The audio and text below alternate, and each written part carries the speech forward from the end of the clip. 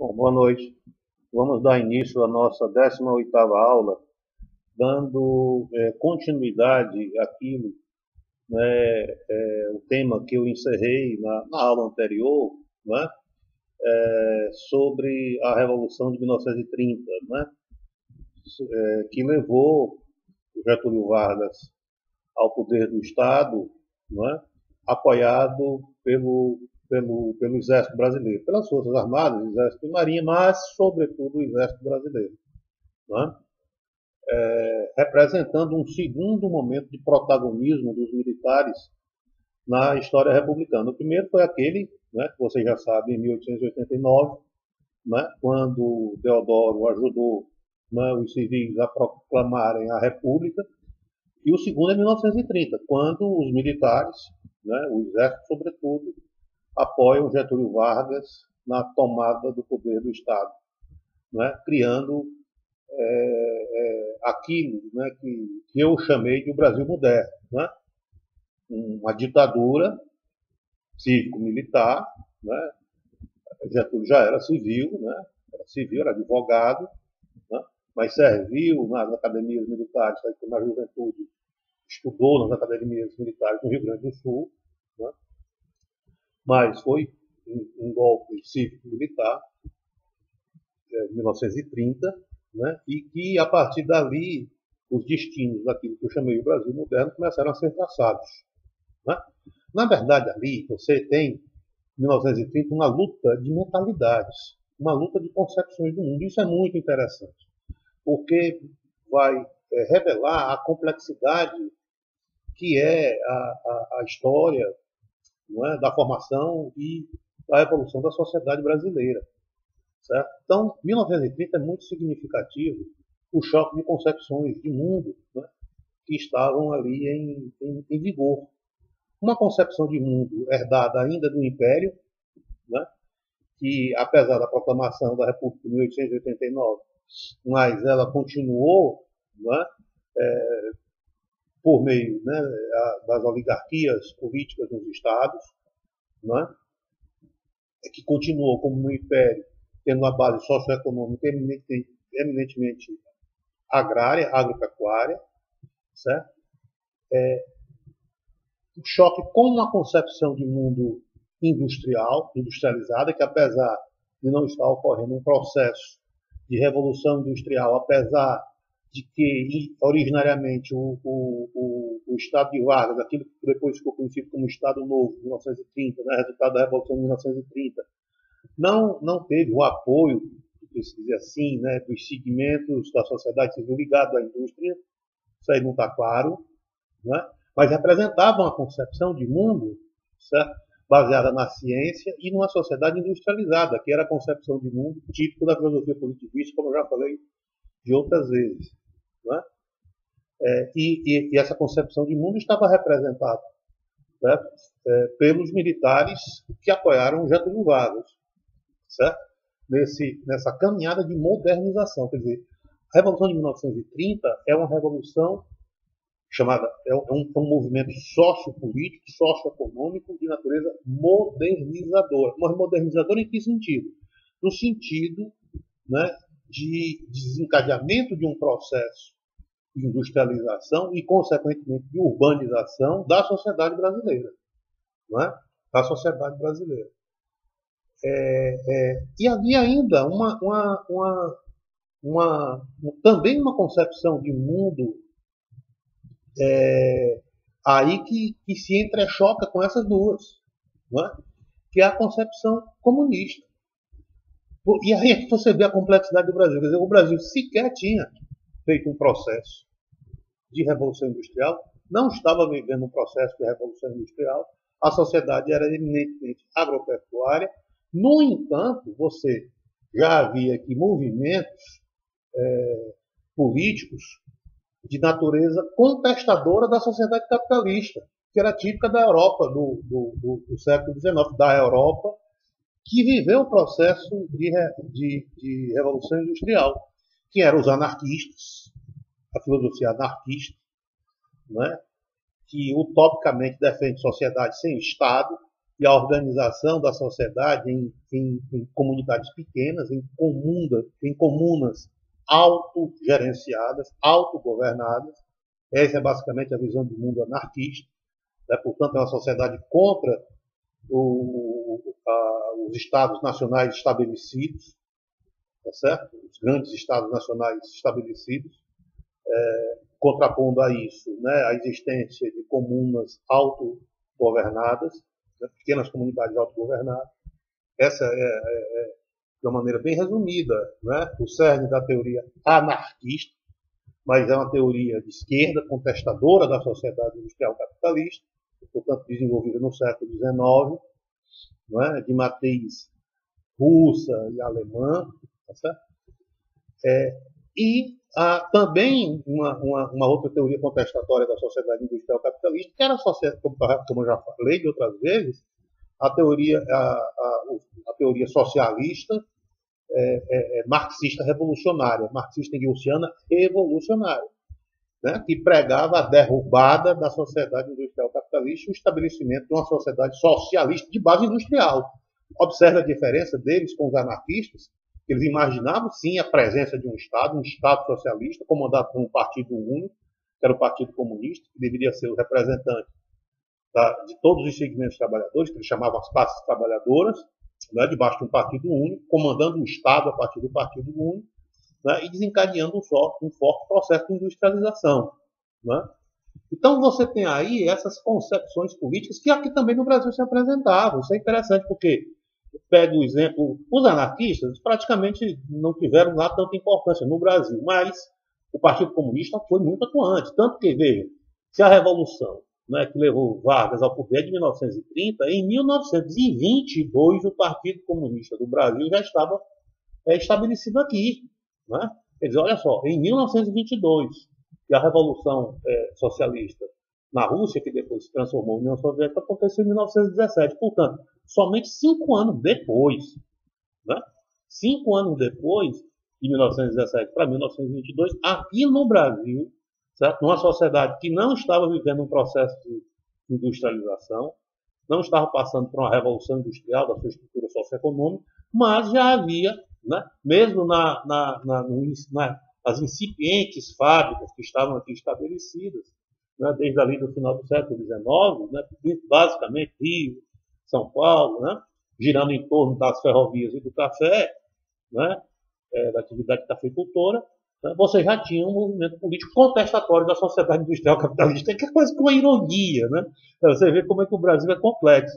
Né? Olha só, o Brasil se tornou republicano em 1889, fazer uma rápida retrospectiva. Em 1889 o Brasil se tornou republicano, em 1891 teve a sua Constituição republicana, mas a República já herdou um passivo social terrível, que era a pobreza econômica, né, típica de uma sociedade, né, que conheceu a pobreza econômica como uma consequência do processo de industrialização, e é o que não estava ocorrendo no Brasil. Depois você tem 1930, não é, um processo, eu não chamaria nem revolucionário, chamaria mais reformador, mas utilizou-se na época da Revolução, tudo bem. Vamos considerar a Revolução de 1930, na qual foi redirecionada, ou se procurou redirecionar o processo de crescimento econômico e desenvolvimento da sociedade brasileira, incentivando-se a industrialização, mas você tem aí uma consequência, não é? Já de saída, um estado de bem-estar social, ou seja, o Brasil não conheceu um estado liberal do tipo clássico numa sociedade de base industrial, né, como aconteceu na Europa do século XIX, sempre olhando como parâmetro a Inglaterra, né, e já começou como um estado de bem-estar social. Né, você vê as ironias da coisa. Quer dizer, ainda em 1930, quando o Brasil ainda continuava, né, com a estrutura eminentemente agropecuária, quando ele começa a industrialização, ele já começa tendo como uma correspondência em termos de Estado, né, ou seja, na instituição política, um grande estado de bem-estar social. É típico da complexidade do Brasil. e colocando, portanto, aí entre choques, né, a visão, né, aquela visão velha, né, das oligarquias estaduais originárias do Império, a visão desses modernizadores, desses reformadores industriais, certo? Que desencadeavam um processo de revolução industrial baseado na visão cívico-militar, representado pelos militares de Getúlio, né? E as visões contestatórias de uma sociedade capitalista que ainda não tinha nem nascido, praticamente, uma sociedade industrial capitalista que não havia ainda nem nascido, né? No Brasil, que são os comunistas. Eu estou falando isso porque é muito significativo o protagonismo que essa visão contestadora da sociedade capitalista terá nas décadas seguintes, né, depois de 30, né, nas décadas ao longo do século XX e no princípio do século XXI no Brasil, né, a visão de esquerda, né, chamada de esquerda, né, que vai ser vai circular sempre em torno desse núcleo comunista, né, inaugurado em 1922, tá certo? Então, veja aí as visões de mundo, as visões políticas de mundo que estão em jogo. Agora, como é que acontecem transformações das sociedades? Eu falei rapidamente na aula passada, né, de grupos, de indivíduos ou grupos. Eu vou, só para explicar muito rapidamente isso aí, me reportar ao grande ícone, né, intelectual da biologia, né, principalmente da biologia evolutiva, que se chama Charles Darwin, né, que todos vocês já ouviram falar, o chamado criador da teoria da evolução. Na verdade, ele não criou a teoria da evolução, havia outros teóricos antes dele, pouco antes dele, né, e vivendo na mesma época, que já concebiu a ideia de evolução. Agora, a evolução como seleção natural das espécies, né, isso é algo realmente inovador, é muito próprio de Darwin. Mas ele ainda foi mais longe, né, num livro chamado A Seleção Natural, o Homem, não é? Quando ele aplica a tese da seleção natural ao homem, não é? E nas sociedades. Né? Então, é o terceiro grande livro dele, tá certo? Tem a Origem das Espécies, depois tem um livro que é a emoção dos seres humanos, dos humanos e dos animais, é mais ou menos um título assim que eu tenho, mas não dá muito livro, não dá para me gravar tudo, pelo amor de Deus, é muita coisa. Né? E tem esse terceiro grande livro dele, que é a seleção sexual, o homem, né? E quando ele aplica a tese da teoria da seleção natural, especificamente a espécie humana. E Darwin é muito feliz no exemplo clássico, né, que ele desenvolveu, mostrando como é que, no âmbito de uma pequena sociedade, né, se inicia a diferenciação que leva à evolução. Então, ele cita o exemplo de um pescador. Pega um pescador, né, que, como todos os demais, sabia fazer as mesmas tarefas, né, que os demais, no sentido de pescar e caçar e coletar, mas aí um belo dia, ele pescando, ele imagina uma forma diferente, não é, de pescar e cria um anzol, certo? Quer dizer, ele teve esse insight, né, essa iluminação e inventou o anzol. E daí, diferentemente dos outros seus companheiros, conseguiu, né, pescar cada vez mais peixes, né, e de uma maneira muito mais rápida, aumentando a sua produtividade. Evidentemente que os seus demais companheiros começavam a observar, né, essa técnica de pesca inovadora que esse indivíduo criou e tendeu a copiá-lo, naturalmente. E ali se espalhou uma nova forma, né, de atuar na pesca, né, criando, portanto, uma inovação tecnológica. Né? Isso se espalhou e tornou-se um padrão, aquilo que foi uma ideia única, tornou-se um padrão, né, por toda aquela sua sociedade. Evidentemente que esse indivíduo era diferenciado. Até Darwin vai dizer o seguinte, olha, imagine que se esse indivíduo que teve essa diferenciação, se ele conseguir que seus descendentes, né, tenham também, né, esse mesmo tipo de atitude, evidentemente que ele, dentro daquele grupo, ele se torna, né, um indivíduo e terá descendentes, né, também diferenciados. A probabilidade que ele tenha descendentes, né, gerações, indivíduos que façam a diferença como ele é grande. Né? Portanto, assim, levando, né, ao desenvolvimento socioeconômico daquela sociedade. Né? Então, tome esse exemplo como paradigma e analise como é que ocorrem as transformações. E as transformações acontecem assim. Um indivíduo ou um grupo de indivíduos que começam a contestar as instituições sociais de uma sociedade, portanto, as formas padronizadas de pensar, agir e sentir, e propõem uma nova forma de conceber a sociedade a partir de novas instituições sociais. Portanto, conceber uma sociedade a partir de novas formas de pensar, sentir e agir. Né? Ora, naturalmente, se os indivíduos daquela sociedade aceitam, não é, essas inovações, aquela sociedade se transformará. Na prática, o que acontece é que muitas vezes ocorrem resistências. Isso é absolutamente normal, porque é assim que as sociedades se transformam. Portanto, há ali a possibilidade de um conflito, né? Porque esses indivíduos inovadores vão ser chamados de individualistas, vão ser chamados de inconformistas, ou seja, porque não estão conforme aos padrões estabelecidos pelas instituições sociais, portanto, às maneiras de pensar, agir e sentir daquela sociedade. Né? Muito bem, se essas ideias inovadoras elas conseguirem se estabelecer naquela sociedade, aquela sociedade se transforma e esses indivíduos transformadores serão prestigiados. Se não, se essas ideias não forem acatadas, se elas não forem assimiladas, né, naquela sociedade onde elas surgiram, esses grupos tendem a desaparecer. Né? Então veja, portanto, que transformações nas sociedades humanas ocorrem dessa maneira. Quando elas ocorrem por meios revolucionários, geralmente é por meio armado. Né?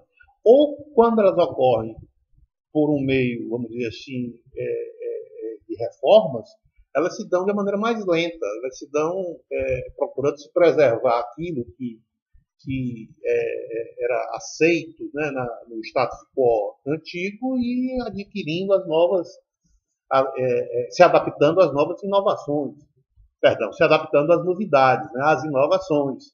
É um processo reformista. Né? Então, o caminho de transformação das sociedades ocorre ou por meio de reformas, geralmente por meio armado, certo? Ou por meio de revolução, por meio armado, ou por meio de reforma. Né? Quando as instituições anteriores vão se adaptando às inovações, ou assimilando as inovações. Né? Como é muito próprio da dinâmica e do que eu chamaria da resiliência da sociedade industrial capitalista. Haja vista o exemplo da transformação do Estado liberal clássico em Estado de bem-estar social. O Estado de bem-estar social não foi o resultado de uma revolução, foi o resultado de reformas como nós vimos, né, a partir do agasalhamento, né, das demandas originárias do meio trabalhista, né, do enfrentamento, portanto, da pobreza econômica, da questão social por parte do Estado liberal clássico, formatando depois políticas públicas universais para melhorar as condições de vida de todos os segmentos sociais, com foco nos segmentos mais desfavorecidos, né? Principalmente operários urbanos, camponeses, etc. Né? Muito bem. Então, é assim que as sociedades se transformam. As sociedades evoluem. Né? Muito bem. No que acontece em 1930, a partir de 1930, é isso. Quer dizer, você tem, né, os jovens tenentes, né? Jovens tenentes, mas não são apenas tenentes, mas é porque no âmbito das academias, tenentes é o jovem oficialato das Forças Armadas que sai recentemente das academias. Né? Essas ideias inovadoras, que não eram tão inovadoras assim, vinham do positivismo da França no século XIX, certo? É o que vai, vamos dizer assim, estimular esse jovem oficialato das Forças Armadas. Então, eles viam, depois de terem conhecido, como eu falei anteriormente, a nova realidade das sociedades industriais e a aplicação dessa tecnologia industrial na arte da guerra, como aconteceu de 14 a praticamente o início de 19, né? formalmente termina em 1918, mas os efeitos da guerra se prolongam. Por isso que às vezes eu falo 14 a 19, mas formalmente termina em 18, finalzinho de novembro de 18, né, 1918, a Primeira Guerra Mundial. E esses militares também estavam presenciando, em 1930, as consequências da Primeira Guerra Mundial e toda a inovação, né, na tecnologia militar feita, né, na Inglaterra, feita na Alemanha, não é? E que tudo isso era de base industrial. Então, 1930 representou esse choque de concepções de mundo que obrigavam, né, a um redirecionamento do processo de crescimento e desenvolvimento econômico do Brasil, que não deveria ser feito mais apenas no entorno, né, do complexo agropecuário, né, mas sim de base industrial. E aí, observe, ora, se essa concepção que está em vigor, né, e se isso deverá ser implementado pelo Estado, como eu falei na aula passada, né, o Estado vai tirar, né, a riqueza dos impostos gerado pelo setor agropecuário, que era o setor forte da economia nacional até então, basicamente único, né, em termos de geração de riqueza, tá certo? E vai transferir essa riqueza de impostos para a criação de uma infraestrutura industrial ou fornecimento de crédito para o crescimento e desenvolvimento industrial do Brasil. Ou seja, a industrialização brasileira, a revolução industrial brasileira, ou seja, um aceleramento do processo de industrialização do Brasil vai ser feito de cima para baixo, ou seja, do Estado para a base da sociedade, e não o contrário, como ocorreu na Europa, mais uma vez tomando como parâmetro a Inglaterra. Quer dizer, as revoluções industriais na Europa, elas surgiram de baixo para cima, ou seja, né, foi o resultado de um longo processo secular de enriquecimento dos segmentos trabalhadores europeus, né, daquilo que chamava burguesia, como eu falei para vocês já sabem, e que aquilo ali acabou, né, transbordando, né, numa revolução industrial que modificou toda a dinâmica socioeconômica dos países europeus, tomando como base a Inglaterra, onde se fez as revoluções industriais, primeira e segunda revolução industrial, não é? Mas ali foi um processo gradual, um processo que nasceu das raízes da sociedade, né, da base da sociedade, envolvendo empreendedores, trabalhadores, operários, né, camponeses que iam deixando o grosso das regiões rurais para os centros urbanos. Mas no Brasil não, foi um processo que foi desencadeado de cima para baixo. Foi o Estado, não é, que interveio fortemente, né, na economia brasileira, né, na sociedade brasileira, já contradizendo um princípio clássico de não intervenção na economia brasileira. Olha só a complexidade do Brasil. Olha só a complexidade e a originalidade do Brasil. Diferente de todas as outras sociedades, certo? Claro, estou falando de sociedades complexas, certo? Grandes sociedades.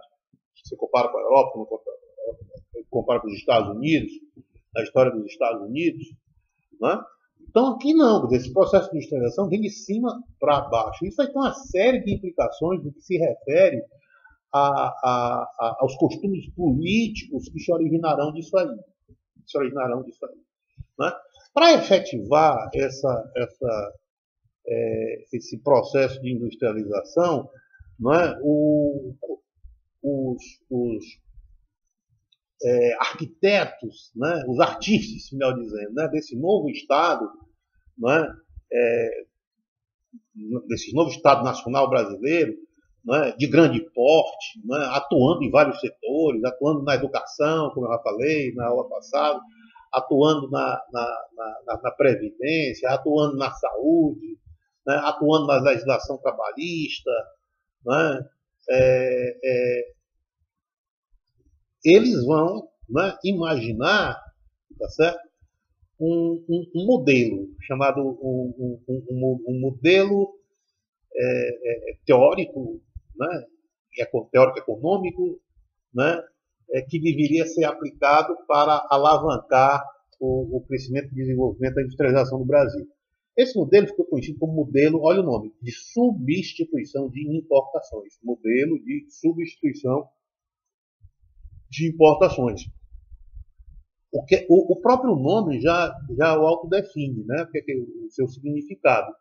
Então, caberia, a partir né, desse modelo de substituição de importações, fazer com que empresas nacionais, né, do setor industrial começassem a produzir no Brasil, né, aquilo que era importado. Certo? Então, as fábricas que já existiam no Brasil do setor industrial, aquelas que nasceriam, deveriam, ou que fossem surgir, com o apoio do Estado, certo, de Vargas, deveria, né, procurar produzir aqui, né, aquilo que tinha, né, como similar ao que vinha de fora, ao que vinha importado de fora, para assim desenvolver, né, uma cultura nacional de industrialização. A produção nacional industrial, né? Ora, evidentemente que isso é uma ideia extremamente positiva. Quais são as consequências disso? A abertura de fábricas, né, estimuladas pelo Estado brasileiro, né? Isso levaria a uma geração de milhares de empregos, diretos e indiretos, né? Milhares de empregos, diretos e indiretos, né? A abertura dessas fábricas pelas cidades brasileiras, né? Levaria também como consequência uma grande migração rural urbano, né? As massas saindo, né, do meio rural, principalmente norte, nordeste, centro-oeste, para as cidades do sul, sudeste, onde basicamente ocorreu o processo de industrialização, né? Portanto, havendo o crescimento das cidades, o rápido crescimento das cidades, certo? Haveria, consequentemente, a geração de renda e a geração de impostos, né? Ou seja, o Brasil estaria ingressando, né, num ciclo virtuoso, de crescimento e desenvolvimento, a partir deste processo de industrialização orientado, não é, pelo Estado Nacional de Vargas, né? Estado Novo, tá certo? Estado Novo, que vai se consolidar, né? Você tem, né, 1930, depois tem a Constituição de 1934 e depois a Constituição ditatorial de 1937. Num período muito curto, você terá a Constituição de 34, a Constituição de 37 e depois a Constituição de 1946, né? Isso é muito interessante, depois eu vou comentar sobre isso. 34, 37 e 46, né? Muito bem, né? Quer dizer, durante esse período. Então, se desencadeou um processo de industrialização. Isso é extremamente positivo. Isso aí não resta dúvida que mudou. É por isso que eu disse para vocês já na aula passada. O Brasil moderno, certo? A configuração do Brasil como nós conhecemos e hoje nós vivemos nele, né, começou aí, efetivamente aí, não é? Com o estado de Vargas, com o período Vargas. Daí ele é um personagem muito importante para a história brasileira. Não é? Vale a pena, eu, naturalmente, por dever de ofício, conheço profundamente a biografia de Vargas, tá certo? Tem uma grande, acho que eu falei até da biografia do grande cearense, que escreveu três volumes, Vargas, 1, 2, 3. Eu me lembro do nome dele, tem uma radiz do autor, né?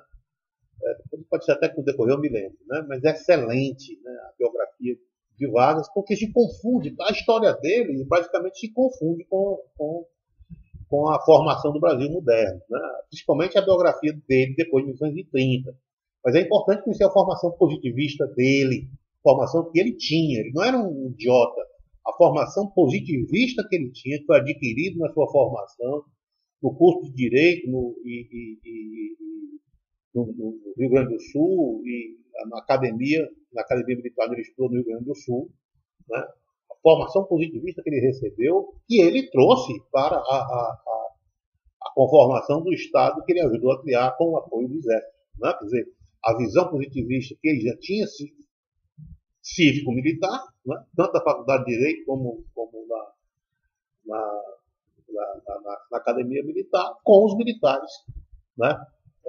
Principalmente os jovens tenentes, o jovem oficialato, né, do Exército, que o ajudou a chegar ao poder. Portanto, eles vão realmente modernizar o Brasil. Né? Observem que, durante o período Vargas, o Brasil ingressará na Segunda Guerra Mundial.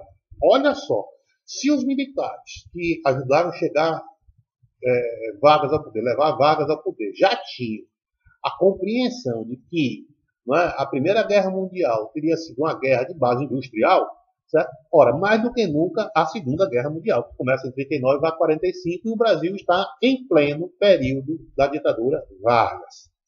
Certo? Aí é que definitivamente, não é, as Forças Armadas brasileiras mergulharão no processo de industrialização, na compreensão, eles terão a convicção de que o movimento de 30 estava correto, não é? E eles experimentarão, nos campos de batalha da Europa, na Itália, certo? Essa guerra industrial. Né? Essa guerra agora totalmente, né, industrializada. Né? Dizer, se já foi um choque tecnológico muito grande a Primeira Guerra Mundial, imagine então a Segunda Guerra Mundial. Tá certo? Então os militares estavam... Né, ali a guerra, assim, o que aconteceu na Segunda Guerra Mundial foi a confirmação de que a compreensão que eles tinham de 1930 estava correta. Quer dizer, aquele 30 ao fim da guerra, em 45, durante esses 15 anos, a compreensão de que o Brasil tinha dado o passo correto, o passo certo, estava certo, estava correto. Não é? Quer dizer, uma sociedade complexa como o Brasil era, grande como o Brasil era, ele tinha que ter na sua base econômica, né, não mais, né, como fulcro, né, como centro, a atividade agropecuária, mas também a atividade industrial. Né? Bem, ora, isso foi conseguido sim. Por quê? Por conta do modelo de substituição de importações, que quando ele foi concebido, né, de maneira que, né, a economia industrial nascente, as empresas industriais nascentes, né, no rastro de apoio do Estado de Vargas, tivessem, né, a proteção contra a concorrência. Veja como é bem ardiloso, né, o modelo, né, a teoria do modelo. Né? E de que modo se fazia isso? Ora, se nós vamos produzir aqui, né, no Brasil, bens manufaturados, ou seja, produtos industrializados que anteriormente vinham de fora, então, até para proteger o nosso amadorismo, né, a nossa incipiente industrialização, é necessário que essa industrialização seja protegida da concorrência de empresas estrangeiras que já estão suficientemente maduras, suficientemente calejadas do processo industrial, né, aplicado a seus produtos, né, na arte do gerenciamento, na arte da inovação tecnológica, da obsolescência. Né? Então, nós temos que proteger, o Estado brasileiro deveria proteger, né, essa industrialização nascente dessa concorrência externa, de modo que houvesse, não é, um mercado basicamente reservado, um mercado cativo, né, para os produtos produzidos pelas nossas fábricas nascentes, né, para as nossas indústrias nascentes. Tá certo? Como é que o Estado brasileiro fazia isso? Ora, aplicando uma política de proteção alfandegária fortíssima. Né? Uma proteção alfandegária essa feita a partir de altas taxas de impostos. Né? Essa na época, era basicamente, né, o tipo de política protecionista que se fazia. Né? Era a taxação, né, dos produtos importados, né, com tarifas elevadas. No decorrer das décadas, esses processos de proteção alfandegária foi se sofisticando. E hoje, só para vocês terem uma ideia, né, hoje esses processos são extremamente sofisticados e desleais. Eu vou só rapidamente historiar aqui para vocês. Olha, lembre, Eu estou falando que ali, nas décadas de 30 para frente, os primeiros anos da década de 30, 40, 50, né, isso perdura por muito tempo no Brasil, a proteção alfandegária clássica, né, da empresa industrial nacional, das empresas industriais nacionais, o processo de industrialização brasileiro se dava a partir das altas tarifas de importação que sobrecaíam sobre os produtos industrializados estrangeiros que entravam no Brasil, de modo que eles ficassem muito caros, né? E o seu consumo fosse inviabilizado pela maior parte do mercado brasileiro. Basicamente, esses produtos importados eles se dirigiam para os segmentos altos, né, da sociedade brasileira, que podiam comprá-los, portanto, eram muito poucos. Né? Eles não entravam em larga escala, de maneira a proteger, né, os produtos similares feitos aqui no Brasil, de menor qualidade, né, tecnológica, né, de baixa qualidade tecnológica, mas pelo menos acessível a boa parte dos segmentos médios da sociedade brasileira que viviam nas cidades, principalmente litorâneas, onde naturalmente se fez o processo de industrialização do Brasil. Certo? Então, classicamente se fazia assim. Depois, no correr das décadas, foi sofisticando isso. Né? Mas quais foram essas técnicas de proteção alfandegária que ocorreram? Mas isso aconteceu muito depois. Eu estou apenas como esclarecimento. Guarde que esse é o processo clássico que começou ali, esse de altas taxas de importação. Mas depois se evoluiu, por exemplo, né, para o estabelecimento de cotas de importação. Por exemplo, um determinado produto estrangeiro só poderia entrar em uma determinada quantidade no Brasil, né, portanto, cotas de importação. Depois se aplicou chamadas, isso já nos anos 70 para frente, cláusulas de proteção ao trabalho, né? Por exemplo, então países estrangeiros só queriam comprar produtos do Brasil se eles fossem originários de regiões onde não tivesse trabalho infantil. Né? Você pode dizer, mas isso é uma ação humanitária. Não é bem assim, não. Aparentemente é assim. Mas os países que evocam essa cláusula de origem do produto, não vamos comprar, por exemplo, o açúcar brasileiro, certo? Por quê? Porque vem da região de Pernambuco, e Pernambuco tem trabalho infantil, certo? Ou então tem trabalho escravo, né? Urbano, atual, né? Então, exploração, né? Esse trabalho escravo clássico, né? Então, não vamos comprar dali. Isso é interessante para quê? Para que países que são produtores de açúcar de outros países possam vender no lugar do Brasil. Simples assim, tá certo? Ou então cláusulas sanitárias. O Brasil vem tem a carne brasileira tem a síndrome da vaca louca, né? que é uma doença de um patógeno que desencadeia doença neurológica gravíssima no humano, né? Em animais e humanos, certo? A carne bovina brasileira vem de regiões com zoonose, certo? Então, isso são formas de proteção, né, que evoluíram ao longo do tempo. Hoje vem as cláusulas verdes. As cláusulas, vou comprar a carne no Brasil, né, mas que vem de regiões de desmatamento, não, vamos comprar, tá certo? Ou regiões que foram queimadas, a floresta, etc. Né? Só que enquanto eles dizem isso, né, que é para dificultar a penetração da carne brasileira fora, né, aí quem ganha com isso? Ganha a Austrália, que é um forte concorrente do Brasil, né, na venda de carne bovina, ganha os Estados Unidos, fortíssimo concorrente do Brasil, né, no mercado da carne. Então, claro, essas cláusulas de proteção ao mercado, né, elas classicamente começam como foi aplicado no Brasil, certo? Mas depois elas evoluem. Estou dizendo que a evolução não foi só aqui no Brasil, no mundo, tá certo? Mas o Brasil sofreu muito e sofre muito com isso.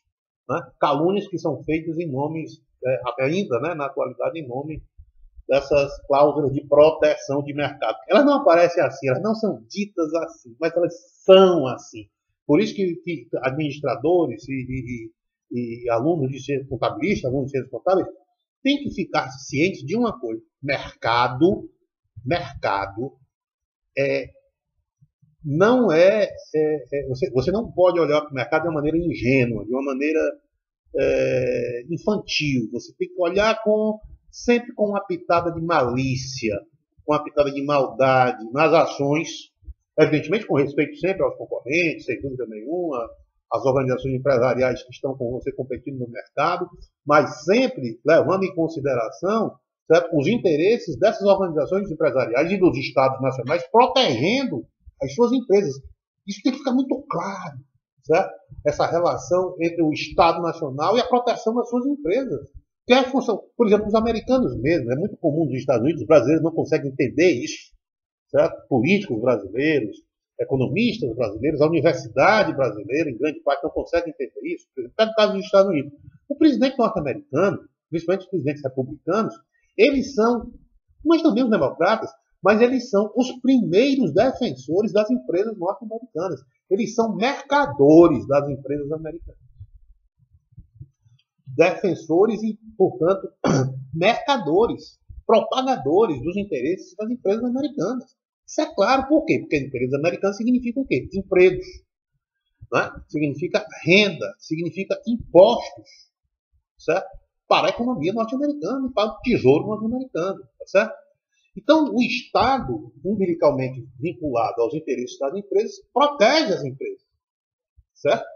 Deve proteger os interesses das empresas. Então, no Brasil, isso aí está claro. Então, o Estado de Vargas cria um modelo de substituição de importações para estimular, fomentar, né, o crescimento e desenvolvimento industrial do Brasil e protege esse processo de industrialização com fortes taxas, né, sobre os produtos importados. Né? De maneira que esses produtos continuem a entrar no Brasil. Sim, continuam, mas o acesso a eles é apenas para segmentos muito pequenos da sociedade brasileira que podem comprá-los. A maioria, e qual é essa maioria? São os pobres espalhados pela maior parte do Brasil rural. Veja, nós estamos aí na década de 30, 40. O Brasil só se tornará urbano em 70.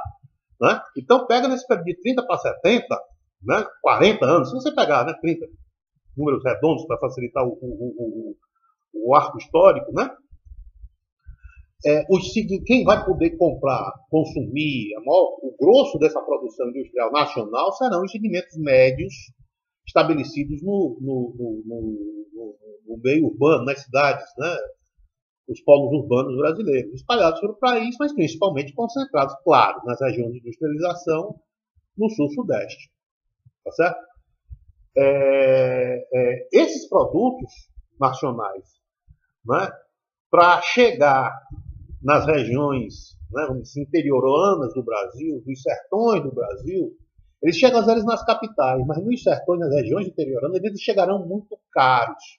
Por quê? Porque, em primeiro lugar, as fábricas não vão se estabelecer nessas regiões, né, como aí nessas primeiras décadas. Por quê? Porque essas fábricas vão se concentrar originariamente onde elas encontram o mercado. E onde era que estavam os mercados para ela? Sul-sudeste do Brasil. Não é? Ora, se as fábricas não vão para essas regiões, também as grandes lojas, né, que vão circular essa produção industrial também não vão se concentrar aí, né, nessas regiões interioranas do Brasil. Né? Elas também se concentrarão nos centros urbanos do Sul e do Sudeste. Claro, irá fábricas, aonde? Até Fortaleza, grandes lojas até Fortaleza. Então, exemplo mais próximo é Fortaleza, São Luís, Recife, as capitais do estado, Belém, tá certo? Mas quando esses produtos chegam lá, já vão chegar, esses produtos industrializados, vão chegar muito caros. Né? Muito caros. Ou seja, a produção industrial. Aí você pergunta por que chegaram muito caro? Por que elas não iam? Né? Essas fábricas não se espalhavam por todo o Brasil, as lojas não se espalhavam por todo o Brasil. Ora, porque era muito cômodo. Aí tem que compreender, né, às vezes, os efeitos imediatos da proteção, uma proteção alfandegária. Os efeitos dessa conjunção de interesses de um processo de industrialização que foi feito de cima para baixo, como eu já falei aqui. Veja, por exemplo, quando você está protegido, né, debaixo do guarda-chuva estatal, né, contra a concorrência, naturalmente você se acomoda. Agora, então, você imagina uma fábrica que está produzindo sapatos no Rio Grande do Sul. Grandene, por exemplo, né? A ancestral da Grandene, depois está aqui em Sobral, né? Lá no Rio Grande do Sul, Paraná, Santa Catarina, não lembro, desses estados aí que é a matriz dela. Ora, a produção dela é suficiente para abastecer, né, o mercado que consome esses produtos. Né? Para que diabo que ela vai sair para produzir lá no Nordeste, no interior do Nordeste, no sertão nordestino, em Sobral, nos anos 30, 40? Por quê? Ora, eu aqui a região lá já era suficiente, a região onde ela está estabelecida, né, para oferir grandes lucros e boas vendas, tendo boas vendas. Então as fábricas brasileiras não vão se espalhar, consequentemente as lojas que circularão essas mercadorias industrializadas recentes também não vão se espalhar, os grandes conglomerados de lojas não vão se espalhar pelo Brasil. Por quê? Porque elas vão encontrar nas regiões onde elas estão, né, mercado suficiente para absorver o que elas comercializam. E não tem perigo de grande concorrência, por quê? Porque o Estado protege a economia brasileira. Olha só, né? O grosso da economia brasileira. Olha só a lógica da coisa. Então você tem naturalmente uma acomodação. Principalmente porque esse setor industrial, veja, quando vai terminar, olha como a coisa vai se configurando. Né? Quando termina o período de Vargas, em 45, e começa o período democrático, com a eleição de Gaspar Dutra, depois Juscelino, né? etc. Né? Vargas novamente, Dutra, depois Vargas, depois a morte, o suicídio de Vargas, já em 53, depois vem Juscelino, né? etc. Aí, nesse período eleitoral, nesses períodos eleitorais, nesses períodos democráticos de 45 até 1964, né? Aí você tem agora os políticos que faziam parte do Estado, né? Eram os deputados, eram os senadores, né? Eram os presidentes, os governadores, agora necessitando de campanha, dinheiro para campanha. Mas quem é que ia fornecer esse dinheiro para campanha agora, nos centros urbanos nascentes? As fábricas, os bancos que estavam agora ganhando muito dinheiro, né, a partir dessa proteção, né, do processo de industrialização protegido feito pelo Estado brasileiro, pelo Estado nacional. Né? Isso é interessante porque eles serão, essa mentalidade protecionista, né, do empresariado nacional, será cúmplice de um crime que foi cometido no Brasil, que teve uma consequência nefasta que nos impinge um sofrimento muito grande. Olha só, o Império Brasileiro, certo? Iniciou um processo de criação de infraestrutura industrial que ninguém compreendeu, na verdade ninguém compreendeu na época, mas Pedro II tinha uma visão muito à frente. Ele não teve habilidade política, nem ele, nem depois Isabel, para conseguir fazer, né, a inserção reformista do Brasil, de um Brasil antiquado, imperial, das instituições antiquadas do Império Brasileiro, para instituições modernas, né, mas adaptadas ao mundo que estava se constituindo no Ocidente, configurando no Ocidente.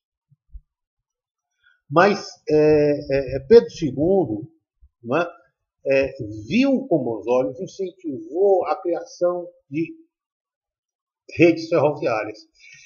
Claro que essas redes ferroviárias, que o Brasil teve quase, se não me falha a memória, em torno de 30 mil quilômetros, até 1916, 20, década de 20, por ali, certo?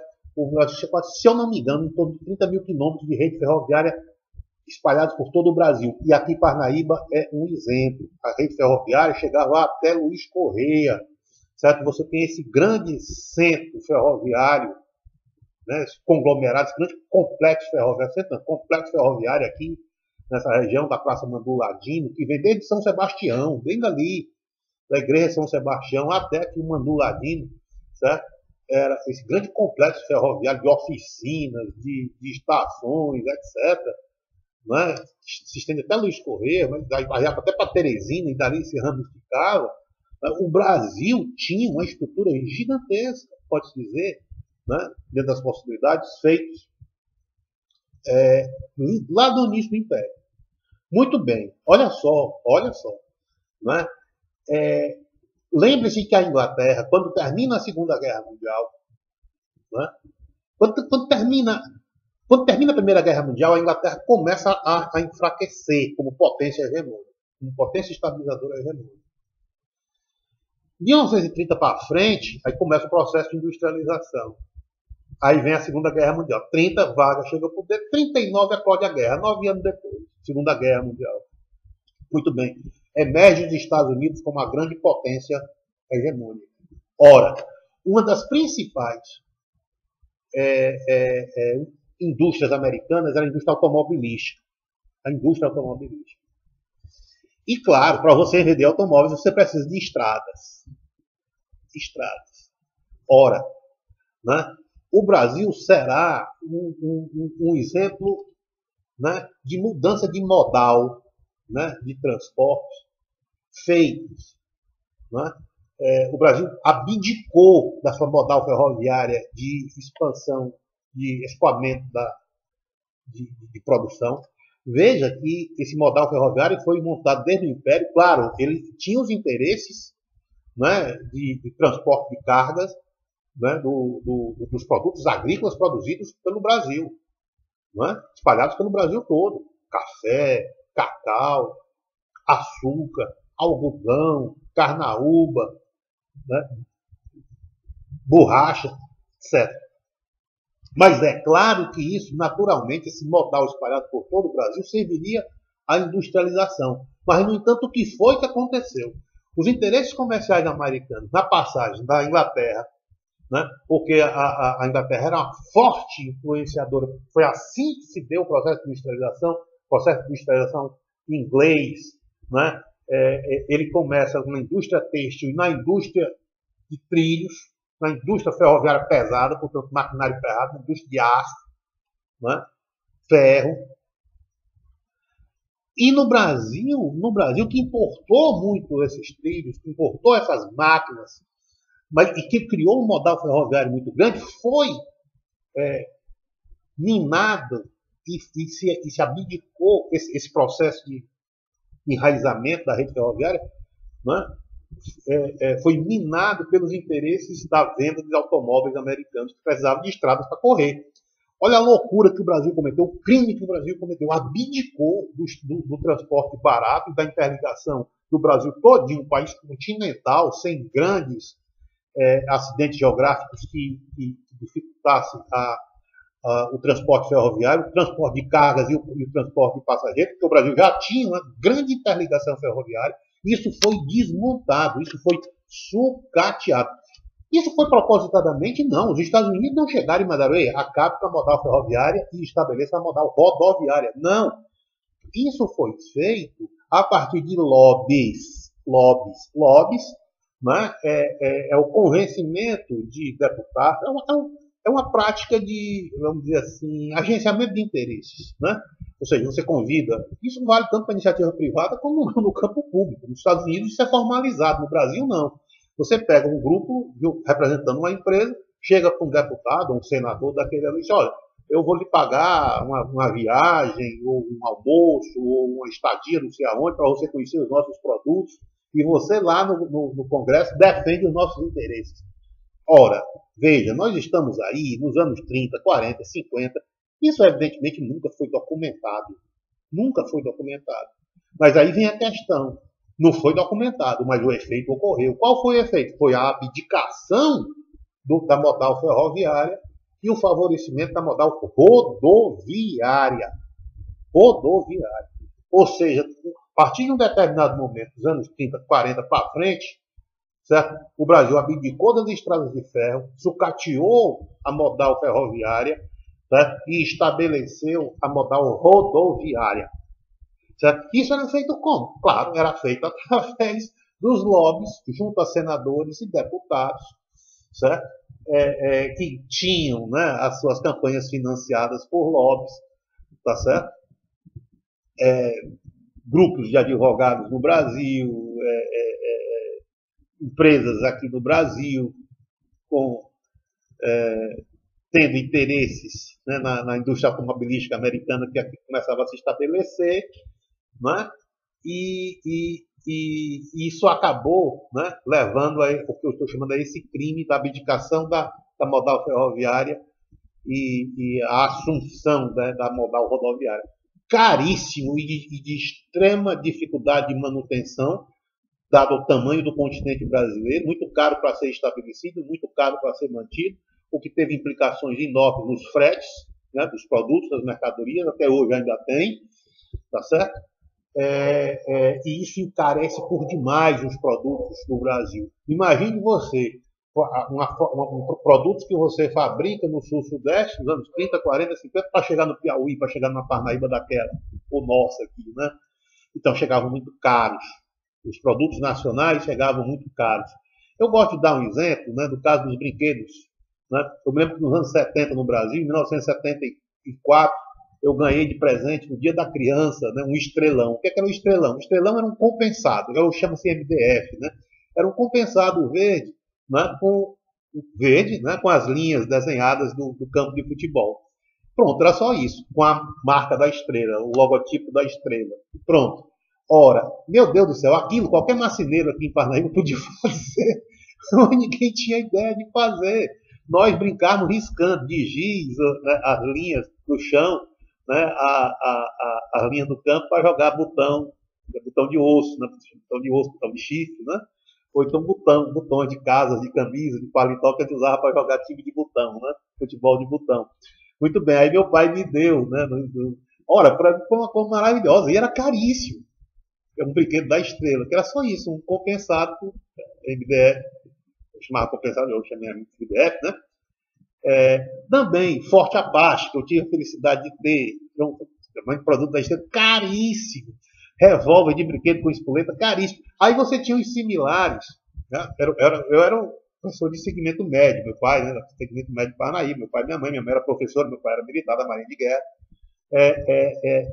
Então nós podíamos ter acesso a isso, mas era muito caro. Eu me lembro que para comprar o primeiro carro do meu pai foi um Fusca, né? Caríssimo na época. Na televisão, a primeira televisão chegou, televisão preto e branco, não tinha televisão colorida. Eu fui conhecer televisão colorida em Fortaleza, na casa da minha avó, os pais do meu pai, né?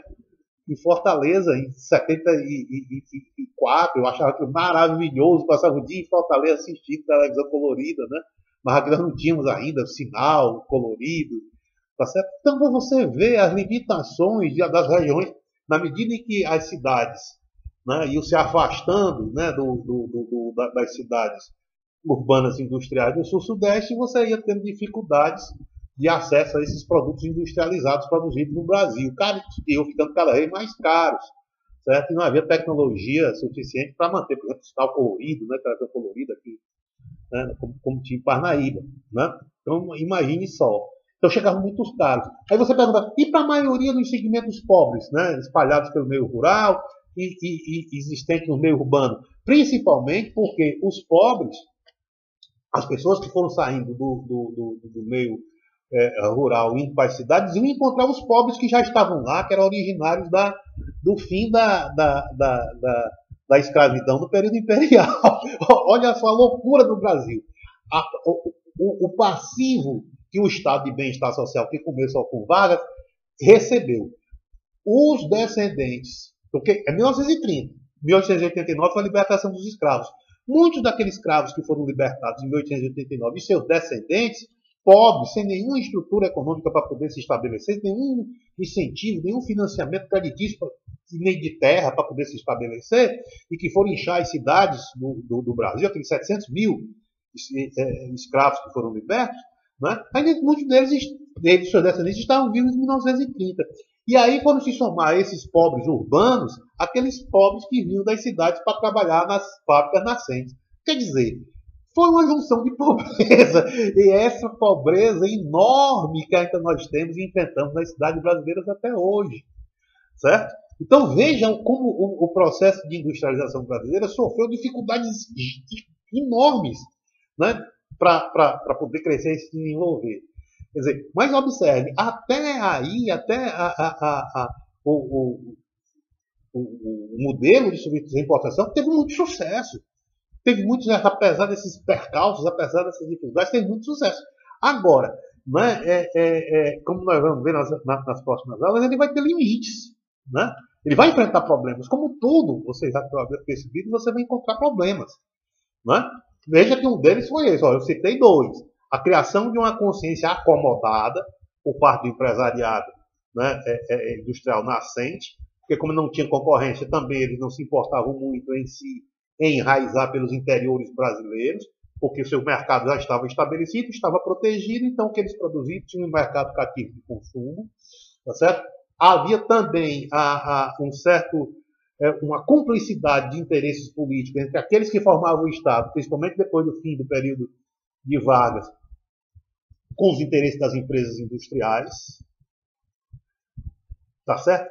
E vai surgir vagarosamente uma situação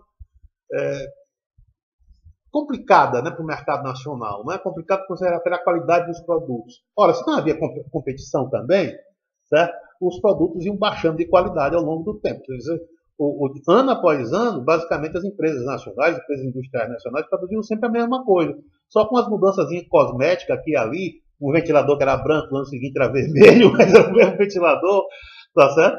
Porque não tinha tanta agregação tecnológica de valor, porque você estava apenas substituindo aquilo que vinha de fora, né? Criando um similar aqui nacional. Então você tem efeitos positivos? Tem. Houve industrialização?